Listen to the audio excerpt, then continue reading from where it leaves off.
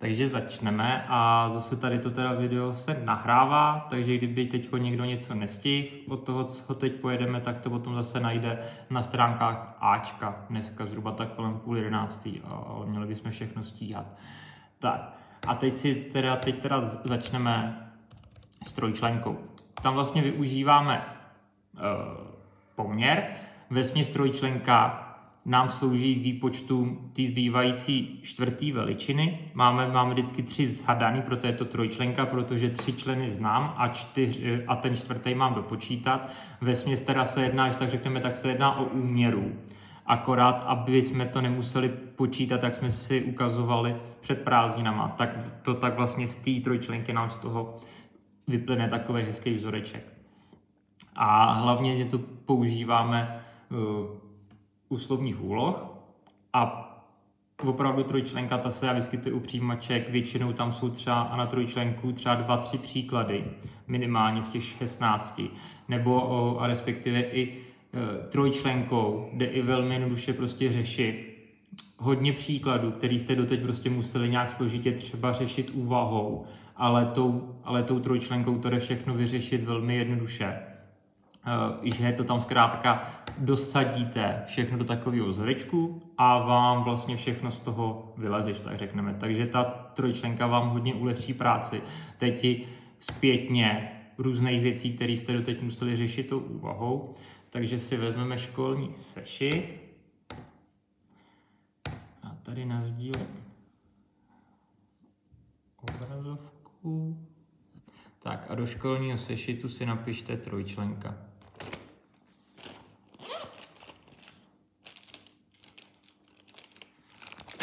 Tak, už bychom to měli vidět. Tak, takže si napište trojčlenka.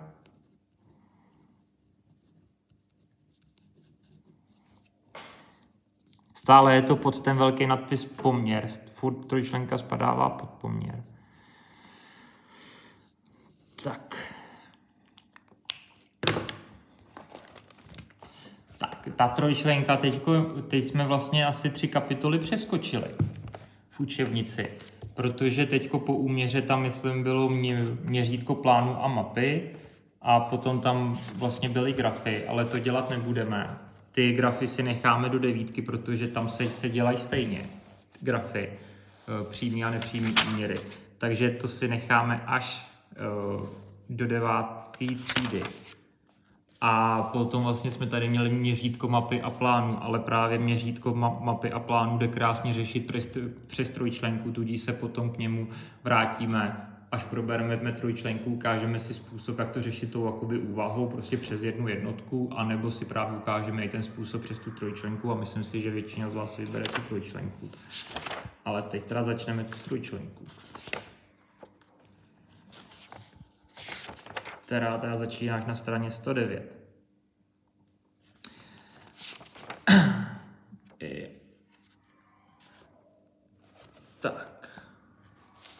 Tak a vy si teda pod tu trojčlenku napište do školního sešitu, takže si napište nadpis trojčlenka a potom si napište tady ten zelený rámeček, že trojčlenka je postup k řešení úlohy, který vede k sestavení rovnosti 2 poměrů s jedním neznámým členem a k výpočtu tohoto členu. Takže vlastně my budeme znát 2 poměry, když tak řekneme, ale u toho jednoho budeme mít neznámý člen a ten právě budeme dopočítávat. Takže vlastně je to vesměs pouze úměra, to, co jsme dělali před prázdninama, akorát ta trojčlenka by nám měla vlastně ulehčit ten výpočet. Jo. Protože se tam dostaneme do tvaru zlomků, kde se nám vlastně bude hodně krátit, tudíž nám ulehčí výpočet, ta trojčlenka. Že to tam nebudeme muset počítat úplně tak složitě, jako v té úměře, jako bylo třeba v tom testíku.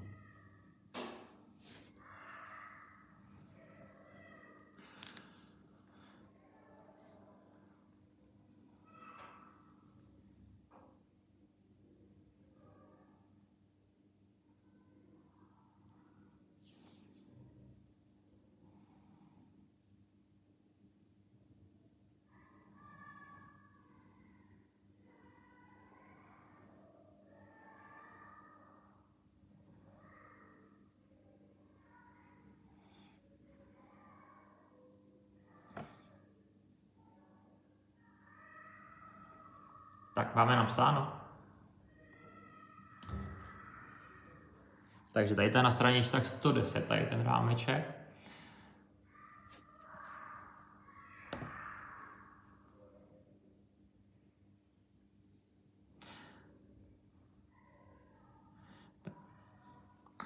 Teď, jak počítat tu trojčlenku? Vy to máte v učebnici vysvětlení přes šipky, přes takové šipky, když se tam kouknete. Ale mně se ten způsob přes ty šipky mi připadá trošku složitější, tak já vás naučím spíš takovej, že to vlastně takovej kříž, anebo ty a rovnoběžky. Ono to jde řešit přes ty šipky taky, ale je to trošku jakoby matoucí, že tam uděláte spíš chybu, než když si uděláte takovej kříž, anebo dvě rovnoběžky, takže vás spíš naučím to. Nebo si případně můžeme ukázat i ten způsob s těma chybkama, jako máte v učebnici, ale ten mi připadá trošku víc složitý. A nejdřív, než teda se vrhneme na ty úlohy, tak ještě si musíme vlastně říct, co je to přímá a nepřímá úměra. Protože právě podle toho si potom do toho vzorečku budeme dělat buď kříž, anebo rovnoběžky. Potom si to všechno ukážeme. Přímá úměra je, pokud mám nějaký veličiny víc, tak mám i víc třeba té druhé veličiny. Takže třeba přímá úměra může být, když budu mít na stavbě víc dělníků, tak udělají víc práce nebo míň? Víc, takže mám víc dělníků, udělají víc práce. Tudíž to je přímá úměra, že mám víc. Kdybych měl méně dělníků, tak udělají méně práce. Tudíž je to míň, tudíž je to přímá úměra. Takže pokud mám takhle víc nebo míň, tak je to přímá úměra. Když to mám třeba míň, anebo víc, tak je to nepřímá úměra. Třeba takovým příkladem zase se můžeme kouknout na ty dělníky. Ne, třeba. Ale akorát tu otázku musíme položit trošku jinak. Když budu mít prostě několik zedníků, bude mít za úkol postavit nějakou zeď. Jo? A čím víc budu mít dělníků, tak tu zeď postaví rychlejc, anebo ji postaví pomalejc. Rychlejc. A tak to je právě ta nepřímá úměra. Že čím víc budu mít dělníků, tím méně budu mít času na tu práci. Chápem? bereme prostě, že všichni pracují úplně stejně. Jo? Takže chápeme ten rozdíl mezi tou přímou a nepřímou úměrou? Jo? Prosím? Ne, nejde to, jo, záleží, jak se na to koukneme. Třeba přímá úměra je třeba při nákupu. Když kilo jablek stojí 15 korun, no to asi víc, teda třeba 30 korun, kilo jablek, tak čím víc koupím kilo, tím víc zaplatím. Že jo? Tak to je prostě typicky přímá úměra. Že čím víc koupím, tím víc zaplatím. Nebo čím víc budu chodit do práce, tím víc vydělám peněz a tak dále. Tak to je prostě přímá úměra.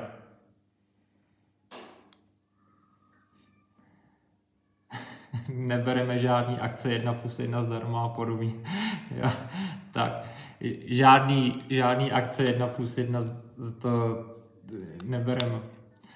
Tak, jo, ale když to ta prostě nepřímá úměra, to je prostě, že čím víc mám jedné veličiny, tím méně budu mít ty druhý. Třeba když budu napouštět bazén, tak když tam dám 2 hadice, tak se mi napustí rychlejc, než když tam dám jenom 1 hadici.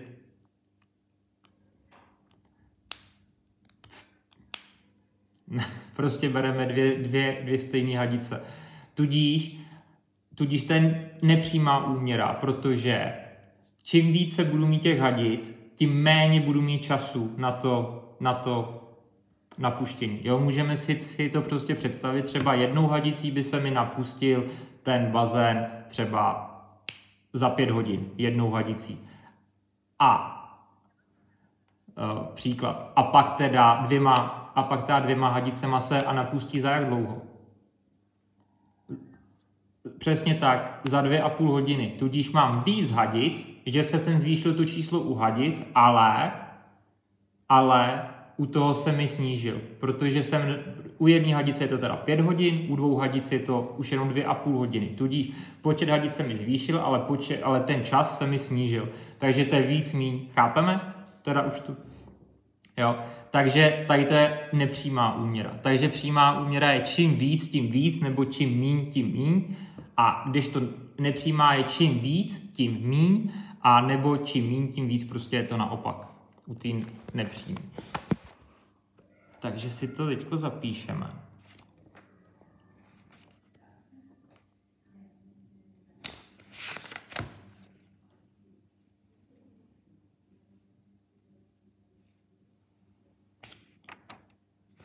Tak. Takže si to napíšeme teďko, jak máte ten zelený rámeček v školním sešitě, tak si to napíšeme hned pod to. Takže nejdřív si zapíšeme přímá úměrnost. Tak. Takže přímá úměrnost.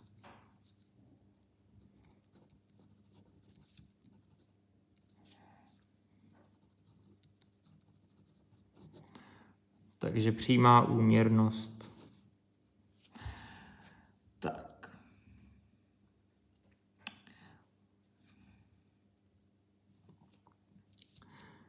Tak a přímá úměrnost je taková závislost,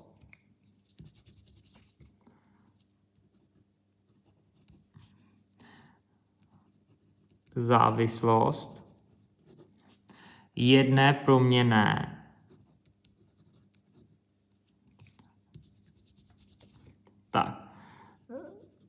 jedné proměnné na druhé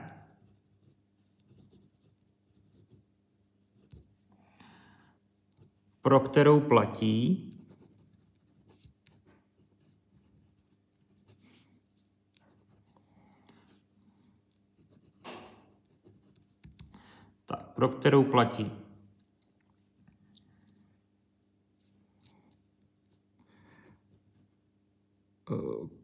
kolikrát se zvětší hodnota jedné veličiny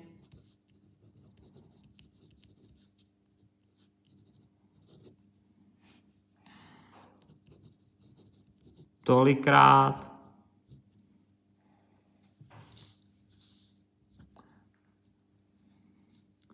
se zvětší hodnota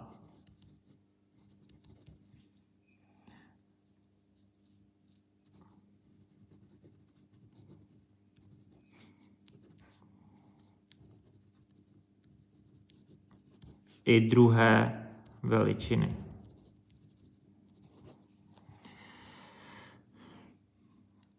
Takže přímá úměrnost je taková závislost jedné proměnné na druhé, pro kterou platí, že kolikrát se zvětší hodnota jedné veličiny, tolikrát se zvětší hodnota i druhé veličiny, anebo to může platit naopak, že kolikrát se zmenší hodnota jedné veličiny. Takže to je vlastně zase, čím míň koupím jablek, tím míň zaplatím. Jo. Takže kolikrát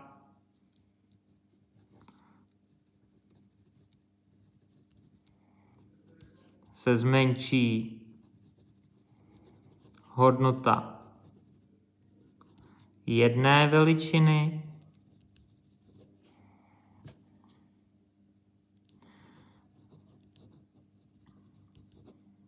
tolikrát se zmenší hodnota i druhé veličiny.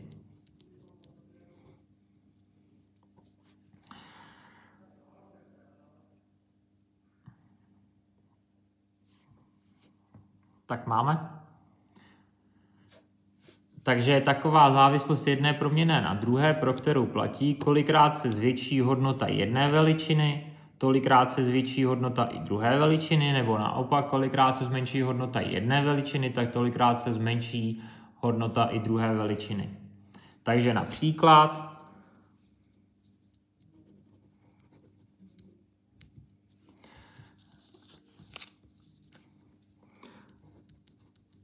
čím více bude pracovat dělníků,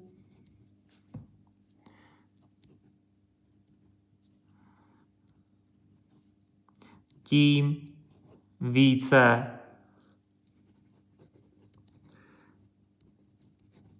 udělají práce za stejný čas. Takže čím více bude pracovat dělníků, tím více udělají práce za stejný čas. Jo? Takže když budou pracovat třeba 8 hodin, no tak třeba 5 dělníků postaví třeba 2 příčky, 10 dělníků postaví prostě 4 příčky, protože se nám zvětšil počet dělníků dvojnásobně, tudíž se nám musí zvýšit i ten počet těch příček, který postaví a tak dále. Tudíž tak vlastně z toho vidíte, že i nějaký ty prostě slovní úlohy takhle budou řešit úvahou, ale pokud tam budeme mít nějaký horší čísla, tak to budeme řešit tou trojčlenkou. Nebo teda druhý příklad třeba může být. Čím více koupíme jablek, tím více zaplatím. Takže čím více koupíme jablek, tím více zaplatíme. Tak. A teď teda nepřímá úměrnost.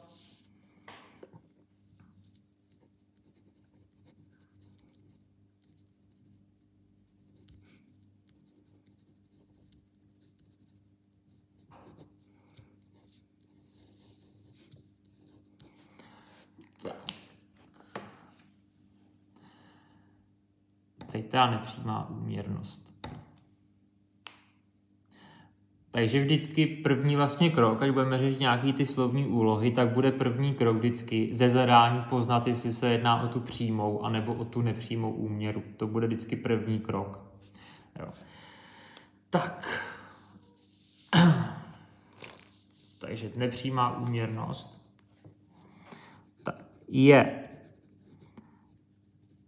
zase teďko to bude hodně podobný. Taková závislost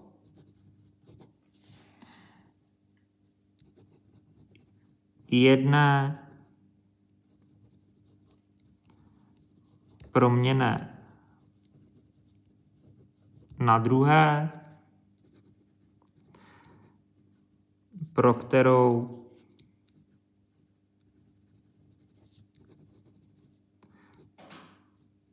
platí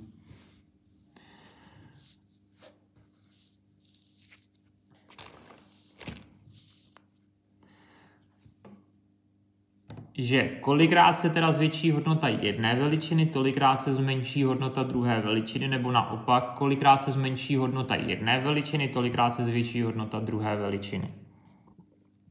Takže kolikrát se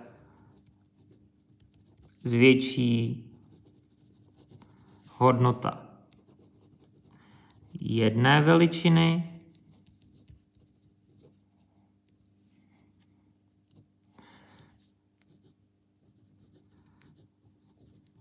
tolikrát se zmenší hodnota druhé veličiny. A nebo to teda může být ten opačný případ, že kolikrát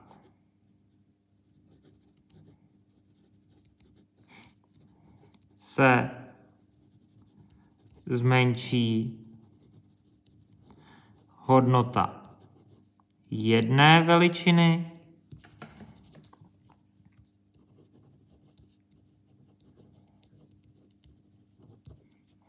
tolikrát se naopak zvětší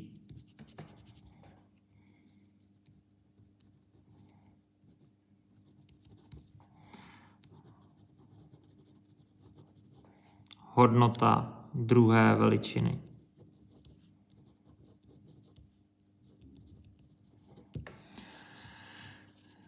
Takže ta nepřímá úměrnost je tedy taková závislost jedné proměnny na druhé, pro kterou platí, kolikrát se zvětší hodnota jedné veličiny, tolikrát se zmenší hodnota druhé veličiny a kolikrát se zmenší hodnota jedné veličiny, tolikrát se zvětší hodnota té druhé veličiny. Tak, tady to si tam vždycky teďko podtrhejte v tom textíku. Takže tady, že to je ta nepřímá, že je zvětší, když se jedna zvětší, tak se druhá zmenší, nebo naopak, když se jedna zmenší, tak se druhá zvětší.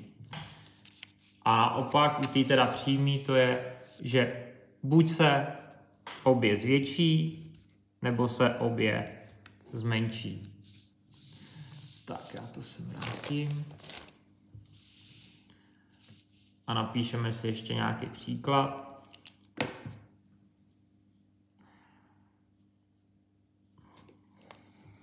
Zase si to řekneme tam na těch dělníkách. Takže třeba čím více bude pracovat dělníků,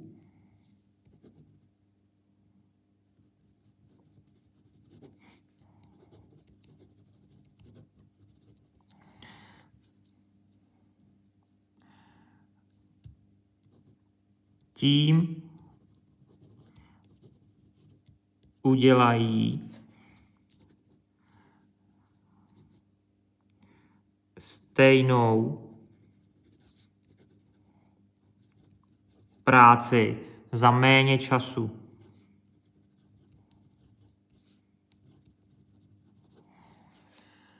Tak.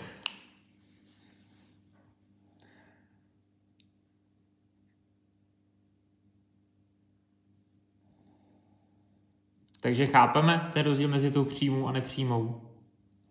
Prostě přímá je teda třeba, jo, taky prostě záleží, jak položíme tu otázku. Třeba ta přímá je teda, čím více bude pracovat dělníků, tím více udělají práce za stejnou dobu, ale pokud to budu stahovat na ten čas, tak je to, čím více budu mít dělníků, tak tím udělají stejnou práci za méně času. Jo. Takže takhle. Samozřejmě pak můžeme mít složitější příklady, kde to vlastně bude taková kombinace přímý a nepřímý. To si potom všechno ukážeme. Tak. Takže je tady to jasný teďko. Všechno. Super. Tak, teď se ještě řekneme, takže dneska už máme jenom 5 minutek, takže to bude spíš jenom taková teorie.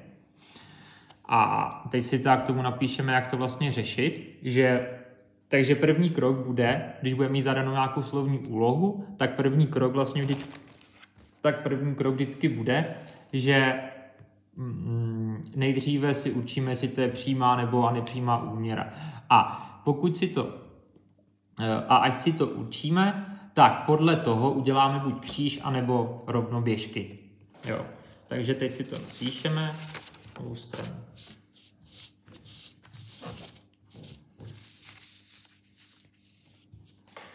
Takže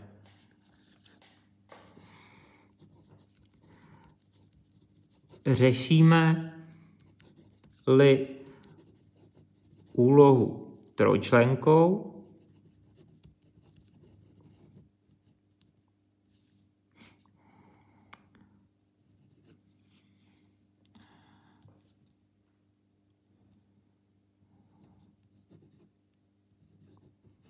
pak u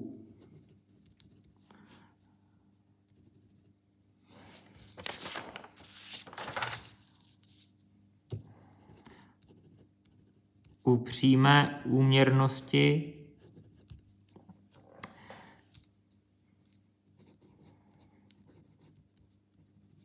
děláme kříž.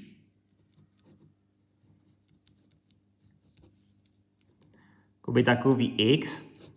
Jo, takže takovýhle prostě kříž. Potom si to ukážeme. Teď jenom, abyste to měli napsané. A u nepřímé rovnoběžky. Tady to, abyste si prostě hlavně zapamatovali. Teď vám to možná nedává smysl, ale pak si ukážeme na příkladu všechno asi až zítra a ukážeme si. Teď jenom, abyste to vlastně věděli. Takže řešíme-li úlohu trojčlenkou, pak u přímé úměrnosti děláme kříž a u nepřímé rovnoběžky. A pak vlastně s čím spojím x, vždycky neznámou, tak to napíšeme do jmenovatele a zbytek do čitatele. Všechno si zítra ukážeme, jo? Že si prostě uděláme jako dvě a rovnoběžné čáry. Že pak vlastně, protože já budu mít zápis trojčlenky, tady to si a teďko nepište, že já třeba můžu mít potom, budu mít třeba zápis třeba takhle.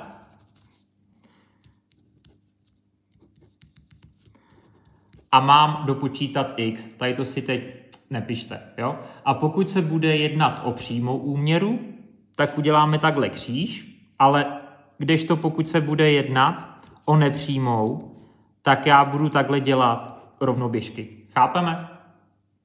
Prostě, že my si uděláme potom takhle zápis, a podle zadání si určíme, jestli se jedná o přímou nebo nepřímou úměru a pak teda u přímý uděláme takhle kříž, a u nepřímý bychom udělali rovnoběžky. Takhle. A potom se nám vlastně sestaví vzoreček, že vždycky napíšeme x a rovná se a to číslo, který mám spojený s x, tak dám do jmenovatele a ten zbytek dám do čitatele jako násobení. Tudíž tady bych dal do jmenovatele 15 a do čitatele 15 x 25, kdežto tady bych dal do jmenovatele 25 a do čitatele 5 x 15. Takže chápeme? Jo, takže takhle. Děláme kříž a u nepřímý teda rovnoběžky. Takže budeme pokračovat zítra. Ukážeme si teda nějaký vzorový příklady a potom teda ve středu, ve čtvrtek budete pracovat samostatně, budete procvičovat a pak teda v pátek se vrhneme i na nějaký složitější, takže zítra si dovysvětlíme. Ještě si teda dokončíme ten zápis toho postupu a to je teda pro dnešek všechno, takže zítra bude výukový video, ale bude až nějak kolem 10:30, protože vlastně zase nahraju ten záznam meetingu Ačka a potom ho teda dám na web školy k vám to video, jo? Takže někdo nějaký dotaz? Zítra budeme pokračovat v tomhle. Dobrá, takže to je pro dnešek všechno. Já vám tady děkuji za pozornost a nashledanou. Nashledanou.